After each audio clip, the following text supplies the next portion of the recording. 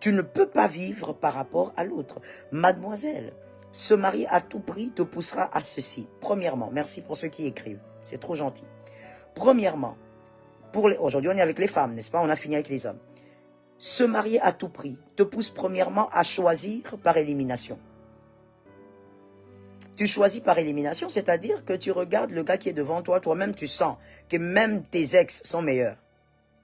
Même tes ex, personne ne ressemble à cet être qui est devant toi. Même tes ex, personne ne réfléchit comme celui qui est devant toi. Même parmi tes ex, personne ne s'habillait comme celui qui est devant toi. Celui qui est devant toi, c'est Rainbow. La beauté est relative, hein? Même la beauté de l'habillement, je voulais dire. Je ne parle pas de la beauté physique. La beauté même par rapport à l'habillement, elle est relative, n'est-ce pas? Ben voilà. Quelqu'un d'autre peut s'habiller en full black, comme moi j'aime beaucoup le full black. Et pour une autre personne, c'est répugnant, c'est pas beau, c'est comme le deuil. Moi, j'aime le full black. J'aime beaucoup le full black. Pour une autre personne, se mettre en vert, c'est bizarre. Mais attends, pour une troisième, c'est très joli, hein, c'est très joli, c'est l'arc-en-ciel. Donc ça dépend. Toi, devant toi, celui qui veut t'épouser, couleur d'arc-en-ciel, de la tête aux pieds. Donc ça veut dire que lui, toutes les couleurs de l'arc-en-ciel se trouvent sur son corps. Et c'est pas un problème. Pour lui, c'est pas un problème. Mais pour toi, c'est un problème. Parce que toi-même, tu te dis, même au milieu de tes ex, personne ne te faisait des choses comme ça. Personne. Mais tu choisis parce que tu veux te marier à tout prix. Parce que tu voudrais que 2 jours après, le lundi prochain, que tu mettes sur Facebook la bague, l'alliance.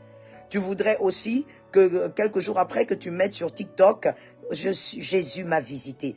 Des fois, vous savez, les jeunes sœurs, les célibataires, des fois, vous mentez même au nom de Jésus. Ça veut dire, Jésus est étonné. Non seulement tu connais la vérité dans ton cœur, que ce mariage-là, c'est une fabrication et tu n'es pas heureuse dedans, mais tu ajoutes encore, tu mens encore au nom de Jésus.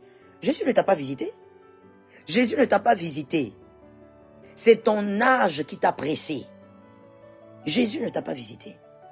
C'est ton esprit d'envie qui t'a pressé. C'est ta jalousie qui t'a pressé. Jésus ne t'a pas visité. Et toi, tu le sais. Au fond de toi, tu sais. Et donc, tu vas te marier par élimination. Tu regardes, tu dis que je prends même Grégoire. Tu as laissé passer les Kevin, les Jean-Louis, les Eric. Non, non, toi, Grégoire. Tu choisis les Grégoire. Il y a encore quelqu'un ici qui va dire, pourquoi Pasteur Joël parle de Grégoire? Mon frère Grégoire est un bon homme. Mais où est le problème? Écoutez, un peu d'humour et soyez détendus, s'il vous plaît. Des fois, ce sont les cœurs aigris qui ont des petits problèmes comme ça, des problèmes pour des détails. C'est de l'humour, ça dérange quoi? On doit bien donner le nom de quelqu'un, non? Ou alors je dis Joël. Voilà.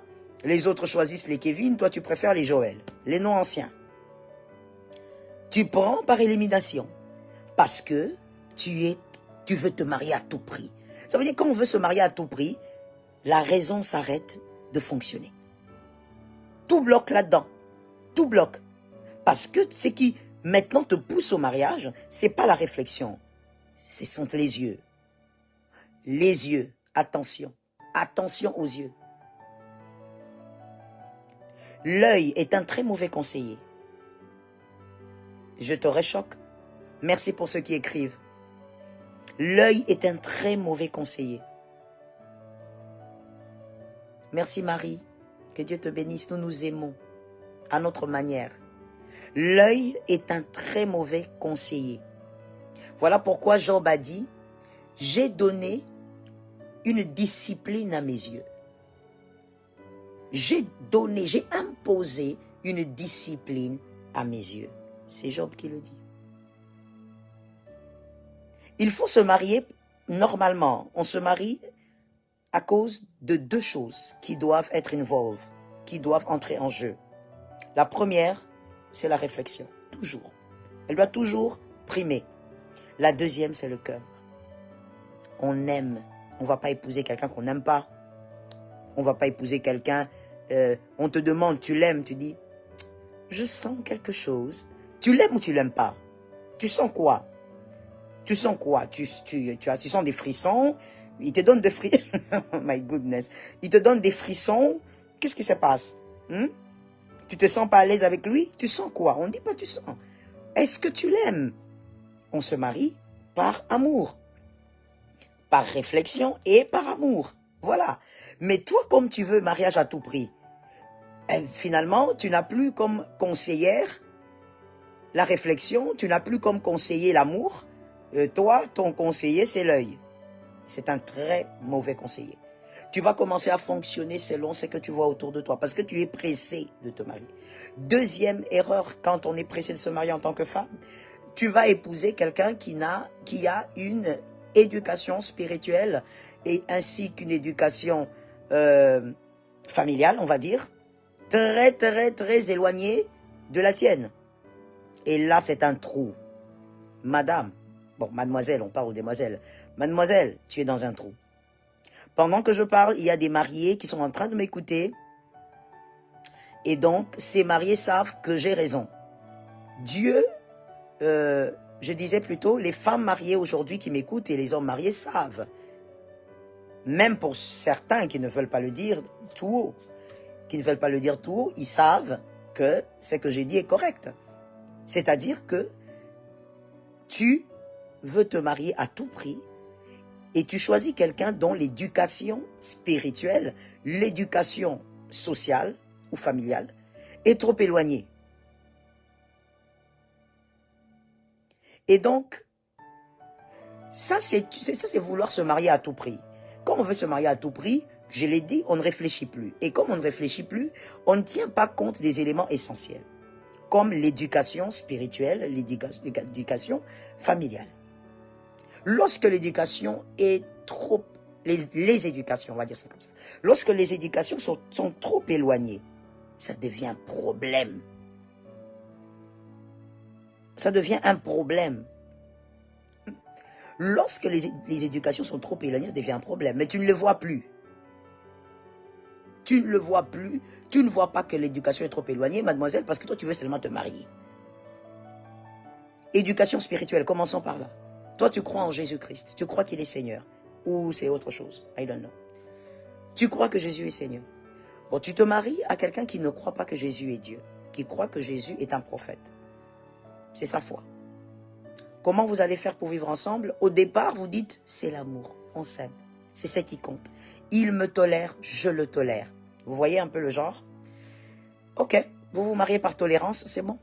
Mais tu vois, c'est que ton mari, même quand vous serez marié, donc je l'appelle déjà mari, c'est que ton mari va tolérer chez toi, en tant que femme chrétienne. Et c'est que toi, tu vas tolérer chez lui, en tant qu'homme, disons musulman. Jusque-là, chez vous, c'est la tolérance. Mari et femme, ça va. Mais quand les enfants vont arriver, il n'y a pas possibilité de tolérance. Il faudrait donner à des enfants une orientation spirituelle.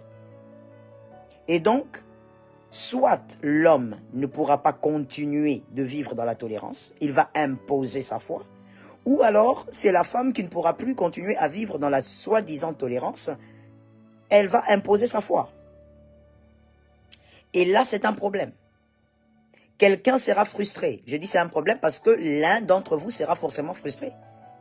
Tu seras frustré. Toi, tu crois que Jésus est Dieu, il est Seigneur, on va aller au ciel par la foi en lui, voilà, c'est la foi en Jésus qui sauve. Et puis ton mari te dit non, rien du tout, chez nous c'est pas ça. Alors, donc vous comprenez que il y a un danger. Il doit avoir compatibilité dans l'éducation spirituelle. Mais quand, mademoiselle, vous voulez vous marier à tout prix, vous ne pensez plus à ça. Donc, mon Dieu, il y a certaines filles même qui ne posent même pas la question, est-ce que tu crois en Dieu? Non, pourquoi? Au lieu de dire, est-ce que tu crois en Dieu, elle pose la question, est-ce que tu peux me mettre l'anneau au doigt? C'est tout. Si tu peux me mettre l'anneau au doigt, on part. Mais tout ne s'arrête pas là, mademoiselle. Tu rêves. Tout ne s'arrête pas à l'anneau au doigt avec ce fameux spectacle, je ne sais pas comment l'appeler, où on se met à genoux, on te donne une bague et tout le tralala. Mais tout ne s'arrête pas là. Et vous êtes en train de bâtir une famille. Vous aurez des enfants. Vous irez prier où? C'est l'autorité spirituelle qui va primer dans ce foyer-là. Et c'est son autorité spirituelle qui prime. Qu'est-ce qui va se passer? Qu'est-ce qui va se passer? Et donc, se marier à tout prix empêche de voir, de réfléchir et de dire cette éducation spirituelle, ça sera un obstacle dans le mariage. Ça sera un obstacle quand nous vivrons ensemble. Bâtir une famille, bâtir un foyer, c'est bâtir une vision. Alors, quelle vision vous bâtirez lorsqu'il y a différence d'éducation spirituelle? C'est quelle vision que vous bâtirez ensemble? Éducation familiale maintenant. Est-ce qu'on partage en ordre et en désordre? Soyez bénis. L'éducation familiale. Lorsque l'éducation familiale est aussi trop éloignée, on ne voit plus parce qu'on veut se marier à tout prix, mademoiselle. Et donc, la différence de l'éducation familiale est un problème. Mais souvent, les filles ne le voient pas. Les filles ne le voient pas. Pourquoi? Parce que les filles sont focalisées sur se marier à tout prix. Cette différence-là, comment a-t-il été éduqué? Comment as-tu été éduqué? Tu as été éduqué dans un cocon où tu as appris à respecter les parents. Les parents, c'est vraiment... Les parents sont sacrés, tu as appris à les respecter. Voilà, c'est ce que tu as appris dans le cocon familial d'où tu es sorti. Mais lui, quand tu l'observes, il a grandi, concours des circonstances, il a grandi sans son père. Donc, il n'y a pas la figure masculine dans sa vie. Ça, déjà, c'est un problème pour un homme. C'est un grand problème. Un homme qui grandit sans la figure masculine, je ne suis pas en train de condamner qui que ce soit, je dis... Concours de circonstances, certaines réalités, oui, mais nous devons aussi en parler parce que c'est un fait. Nous n'accusons personne, nous ne disons pas à l'homme qui a grandi sans père qu'il ne peut pas se marier. Nous ne disons pas que c'est de sa faute, mais nous devons parler du profil de ce garçon. J'ai toujours dit aux jeunes sœurs, si vous voulez épouser un monstre, faites comme vous voulez, mais sachez au moins que c'est un monstre. N'allez pas crier après, voilà, il est un monstre. Non, il faut savoir que tu es en train d'épouser un monstre. Il faut savoir que tu es en train d'aller vers un trou. Il faut savoir que tu es en train d'aller vers une destruction quelconque. Alors, je disais par exemple, un garçon qui a grandi sans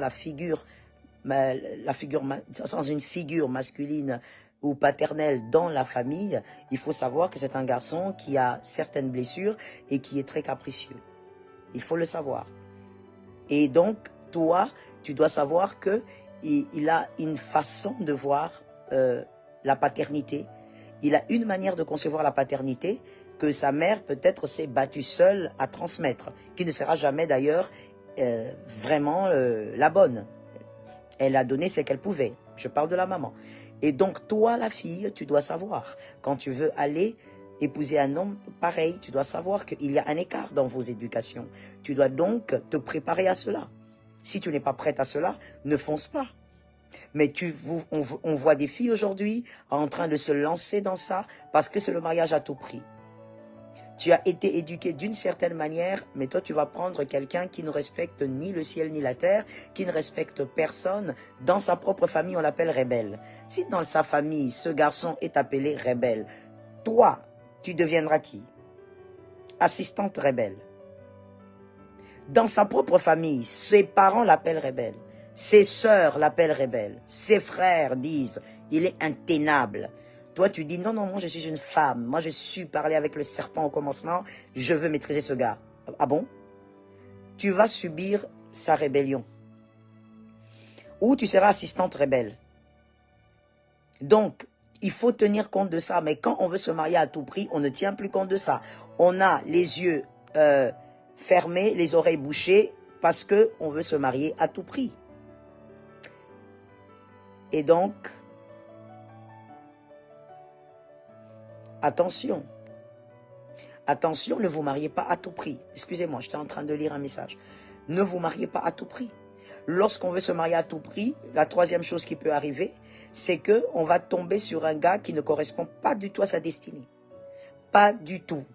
Ça veut dire, tu connais ta destinée, Dieu t'a parlé de ta destinée, Dieu t'a révélé certains éléments majeurs sur ta destinée, mais toi, tu vas tomber sur quelqu'un, vraiment, c'est la nuit et le jour. Vous deux, c'est la nuit et le jour. Vous deux, c'est la nuit et le jour. C'est-à-dire, il n'a rien à voir avec ta destinée, rien du tout. Non seulement il n'a rien à voir, mais vraiment, Même quand tu l'entends parler, c'est pas possible. Vous ne pouvez pas vous mettre ensemble. Il y a des personnes comme ça. Dès que vous les entendez parler, vous dites, mais non, ça peut pas matcher. Ça peut pas. Mais tu ne vois pas ça parce que toi, tu veux te marier à tout prix. Tu veux qu'en 2024, et d'ailleurs, je vois des fois des filles qui le disent, cette année, je ne peux pas finir cette année célibataire. Impossible. Impossible? Tu vas faire quoi? Tu vas forcer un gars à t'épouser? Mais voilà pourquoi vous vivez dans des catastrophes. Vous vivez dans des endroits très horribles que je refuse de citer.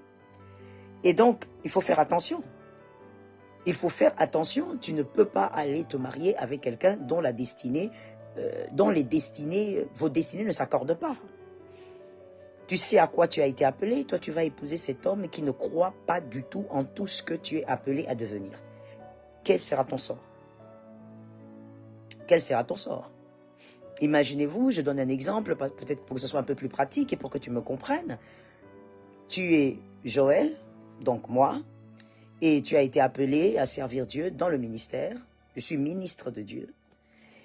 Et malgré tout ce que je voulais faire dans la vie, Jésus a refusé. Donc voilà, je me contente, je me console en apprenant toutes ces choses à côté. Mais bon, ça ne sera jamais le travail de ma vie. Ça ne me désole pas parce que je me dis c'est la volonté de Dieu pour moi. En cas contraire, ça me désolerait un peu. Mais c'est la volonté de Dieu pour moi et tout ce que Dieu veut est bon. Donc moi, Joël, je suis ministre de Dieu. Appelé à évangéliser, à parler de Dieu dans le monde entier par sa grâce. Un grand privilège que de parler de Jésus. Un privilège que je ne mérite pas d'ailleurs. Et maintenant, c'est ma vie ça. Et toi, un homme façon, tu viens, tu dis, tu veux épouser Joël, qui est ministre de Dieu, mais tu veux pas qu'elle sorte de la maison, tu veux qu'elle soit là, tu veux la contempler matin, midi, soir, tu veux qu'elle soit simplement là, comme une belle fleur, qu'elle soit ta fleur, et tu ajoutes même, tu dois être ma fleur, my goodness, feu sur toi, feu sur toi. Comment vas-tu être Marie à Joël si tu ne sais pas comprendre qu'elle doit des fois voyager pour l'évangile? Qu'elle doit des fois rentrer à la maison à 22h parce qu'elle était de 8h à 22h à l'église, en train de servir le Seigneur. Comment tu vas faire si tu ne comprends pas ça? Qu'à des moments, Joël doit entrer en retraite et prier parce que c'est attaché à son ministère. Parce que sans ça, le diable va m'avoir comme des brochettes. Comment tu veux que Joël soit avec un homme qui ne comprend pas ça? Qui est jaloux pour tout et pour rien? Merci Seigneur pour la grâce. Oh my goodness. Pendant que j'en parle, je réalise au fait. Merci Seigneur pour la grâce. Hein? Merci Seigneur pour la grâce. Et quand je dis merci Seigneur pour la grâce, je dis merci Seigneur pour Timothée. Ben oui, Timothée c'est mon mari. Juste au cas où tu ne savais pas. Merci Seigneur. Parce que j'ai épousé une personne qui correspond à ma destinée. Il ne va pas me faire des pics de jalousie bizarres, inutiles. Venir là dire, non mais attends, maintenant tu es arrivé, oui, tu es arrivé à quel hôtel? À côté de toi, la chambre à côté, qui dort à côté? Mais attends, non. Il ne va pas me faire des jalousies inutiles. Il sait à quoi j'ai été appelé. Il m'encourage dans quoi j'ai été appelé. Et gloire à Dieu, c'est la grâce que Jésus m'a faite. J'ai dit souvent, les prières de ma mère m'ont localisé. La grâce. Mais toi, tu veux épouser quelqu'un qui ne correspond pas à ta destinée. Pendant que tu seras en train de servir en tant que médecin, lui sera rempli de jalousie, mademoiselle. Il est rempli de jalousie. Tu es médecin, mais il est jaloux. Pourquoi est-ce que tu es allé toucher ce patient-là au cou? Pourquoi tu es allé toucher? Mais comment tu ne vas pas toucher au cou? Tu es médecin. Comment? Non, mais est-ce qu'il n'y a pas des patients femmes? Pourquoi tu vas seulement vers les patients hommes? My goodness. Tout ça parce que tu voulais te marier à tout prix. Tu n'as pas tenu compte du fait que ce gars en face de toi ne correspond pas à ta destinée. Lorsque tu épouses une personne qui ne correspond pas à ta destinée, dans ton mariage, tu seras frustré. Dans ton mariage, tu seras blessé, même par le vent. Oui, tout simplement parce que tu réaliseras tous les jours que tu ne fais pas ce que tu devrais faire, que tu es en train de passer ta vie comme ça, que tu es en train de passer tes années comme ça, et que tu n'es pas la femme que tu dois être. Tu seras frustré. Voilà pourquoi je donne un conseil gratuit à une femme. S'il te plaît, arrête de te laisser influencer par tes copines. C'est pas le mariage de tes copines, c'est ton mariage. Le piège, c'est lorsque l'on veut se marier à tout prix et on ne voit plus que cet homme n'est pas compatible à ma destinée. Il est beau, il est financièrement correct, il a la foi que je voudrais, c'est-à-dire il a la même foi que moi, c'est bien, mais il ne correspond pas à ma destinée, c'est possible. J'ai souvent dit aux jeunes sœurs, tous les hommes bien ne sont pas à vous. Tu peux rencontrer un homme bien, mais il n'est pas le tien. Être bien ne veut pas dire correspondre, non. Ou je peux même mieux le dire, vous correspondre, non. Être un homme bien ne veut pas dire que cet homme vous correspond. On ne vous a pas dit d'épouser tous les hommes bien. Ou encore, on ne vous a pas dit épouser l'homme bien que vous rencontrerez dès que vous trouverez. Attrapez-le. Non. On a dit le vôtre. Le vôtre.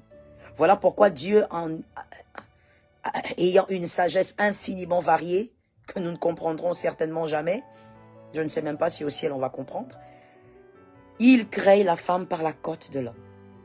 Ça veut tout dire. Comme je le disais, je crois, avant-hier, tout ce qui concerne le mariage est caché dans Genèse, chapitre 1, chapitre 2, chapitre 3. Dieu prend la femme par la côte. Il sort une côte. Dieu ne va pas prendre la terre comme l'homme, non, il prend la côte. La côte, pas le fémur. Il prend la côte. Et il sait pourquoi il prend la côte. Ça doit correspondre. Vous savez, même toutes les côtes que nous avons de part et d'autre, à gauche et à droite, ne sont pas pareilles. Il y a les longues côtes et les petites, comme on les appelle. Les grandes et les petites côtes. Les côtes ne se ressemblent pas, même entre elles. Donc Dieu prend une côte. Pourquoi? Parce que c'est un lieu, au fait, au niveau des côtes, on voit l'ajustement. Non seulement toutes les côtes ne se ressemblent pas, il y a les grandes et les petites, mais Dieu s'organise pour prendre un endroit où les choses doivent être ajustées. Quand on voit la côte, on voit l'ajustement. Cette personne doit correspondre à ta destinée. Ça ne doit pas être une personne qui t'empêche de faire ton travail de magistrate. Non. De procureur. Tu es procureur, mademoiselle. Tu dois faire ton travail. Dieu t'a envoyé pour ça. C'est ta mission terrestre. Mais tu vas épouser un gars qui voit le mal partout, complexé de son état. Quand tu reviens là, si tu habites dans un pays bourré d'embouteillages, aujourd'hui dans le monde, je crois que les embouteillages c'est partout, tu rentres fatigué, tu sors des embouteillages, tu viens, tu es procureur, mademoiselle, madame, parce que tu es avec lui, déjà marié. Mais tu as épousé à tout prix, donc tu t'es marié à tout prix, on va dire, on t'a épousé. Et donc, tu as un homme qui a un problème d'estime, rempli de jalousie. Dès qu'il te voit, voilà, viens m'embrasser, viens me faire un câlin, je veux sentir quel parfum tu as sur toi. Je sens le parfum, c'est un parfum masculin. C'est quoi ça? Quelqu'un qui te stresse alors que ton travail est stressant. Quelqu'un qui t'amène dans des problèmes alors que tu veux simplement la paix. Pourquoi? Parce que tu voulais te marier à tout prix. Sois délivré de ça au nom de Jésus.